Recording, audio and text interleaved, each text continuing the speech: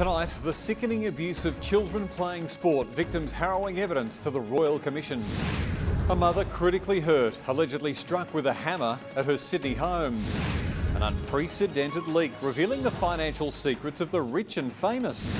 And ready for Rio, meet the athletes you'll watch competing for gold and their champion leader. This is Prime7 News at 6:30 with Daniel Gibson. Good evening. There was a full-scale medical emergency this afternoon after a domestic violence incident in Sydney's west. The victim, a 54-year-old woman, brutally attacked with a hammer at her family home. Her husband was arrested following a chase through suburban streets. 3 teams of paramedics come together on a Cecil Hill street to save a woman's life. While from the sky above, police hunt the man accused of inflicting her horrific injuries. 54-year-old Robin Fraley was found unconscious and bleeding at her family home. Parents whose children live for sport will be very disturbed tonight by the evidence emerging at the Child Abuse Royal Commission. Among the horror stories, the case of an 8-year-old girl raped by a soccer coach. He is one of Australia's most respected tennis mentors. Love helping players. The court looks awfully big these days. Noel Callaghan has coached big names, Leighton Hewitt, Samantha Stosur, Jelena Dokic. There is no suggestion of inappropriate behaviour toward them, but 2 former students claim he did abuse them as teenage girls. Well, Sydney has copped a drenching overnight, recording its wettest 24 hours in a year. More than 50 millimetres of rain fell between 11 p.m. and midnight, more than a third of the average rainfall total.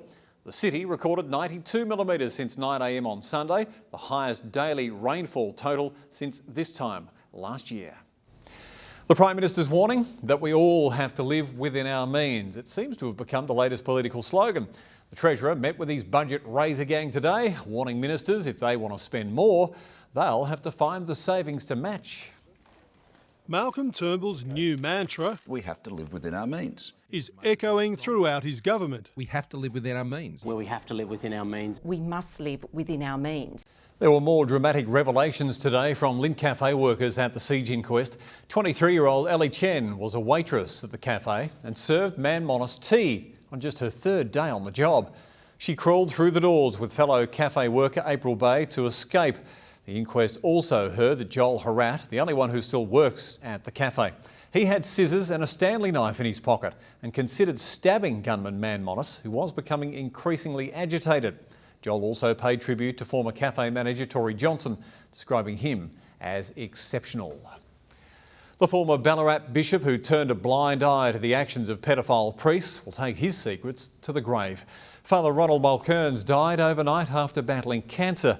In February, the 86-year-old appeared before the Royal Commission into Child Sexual Abuse and apologised for covering up priests' crimes to protect the church. Mulcairns had been due to continue his testimony in coming weeks and would have been quizzed further over Cardinal George Pell's possible knowledge of the abuse. Coming up, stars come together to honour TV and music legend John English after his surprise death, and Brussels airport reopens as the city recovers from the deadly terror attacks.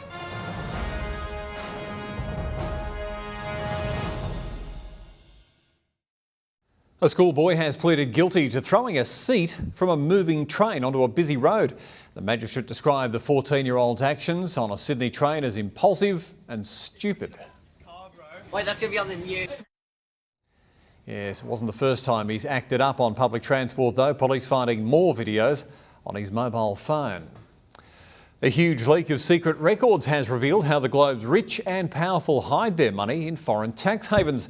The release of more than 11 million documents has exposed world leaders, including Russia's Vladimir Putin. Inside this building in Panama City, there is undoubtedly panic. An unprecedented leak of emails, contracts, property deeds, bank records. Top secrets now in the hands of investigative journalists. An interest rate cut could be on the cards after inflation, or the measure of prices, fell by 1.7% during 2015. Drivers enjoying cheaper petrol had the biggest reason to celebrate, with fuel prices falling 5.7%. Fruit, it fell 2.6%. The cost of phones, making calls and the internet down 2.4%. While health insurance companies are crying poor, health costs also fell slightly.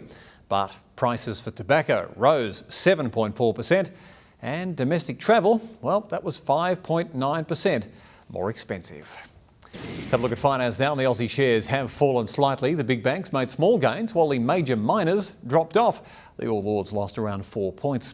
Our competition regulator has flagged a fresh review of the $9 billion takeover of ports and rail giant Asiano, and the Aussie dollar is buying 76 US cents.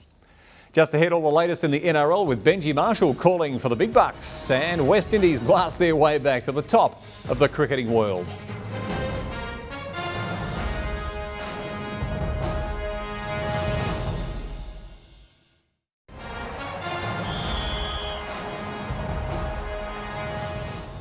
Benji Marshall insists he deserves a big money deal and is sure he'll find a club to pay it. Marshall says he'll take the blame for the Dragons' attacking woes, but not claims his career is ending. The Dragons have a week in Brisbane to digest the 36-0 loss to the Cowboys. Daniel Ricciardo survived a first lap skirmish to finish fourth behind Nico Rosberg in the Bahrain Formula One Grand Prix, while in the MotoGP Aussie Jack Miller, he crashed out along with world champion Jorge Lorenzo. It was Marc Marquez who won the race. Still to come, a pooch on the run, the chase that closed a busy street, and all of your national weather details after the break. Reese has taken this shot at Lismore. If you've got a weather shot, send it in to that address.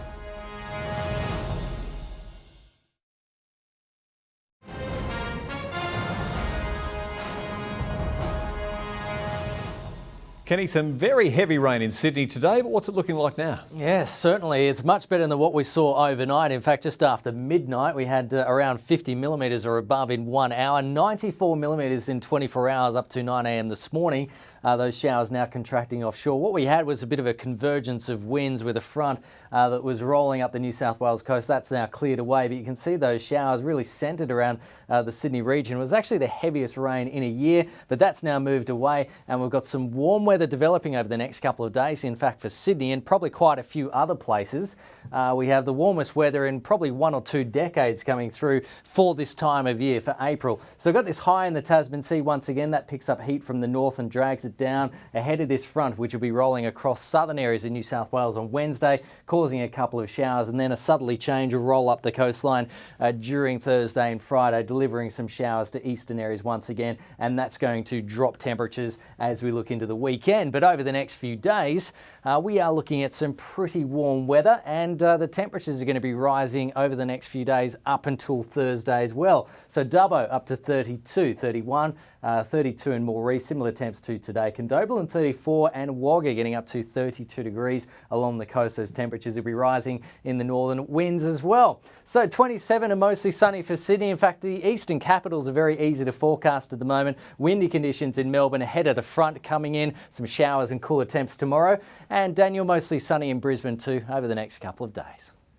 Good on you, Kenny. Thanks once again for that. Now to some pictures of a police chase like you've never seen before. Forget the slow O.J. Simpson. This was at a bridge in San Francisco and stopped traffic. It's a Chihuahua on the run, ladies and gentlemen. Traffic lanes were closed and blockades set up as the little dog raced away. Eventually, the runaway pup was boxed in and taken into care of the officers, who's now waiting for its owner to turn up. And that is your news for this Monday, the 4th of April. I said you'd never seen it before. Thanks again for your company. I'm Daniel Gibson. Till I see you again, have a great night. Bye for now.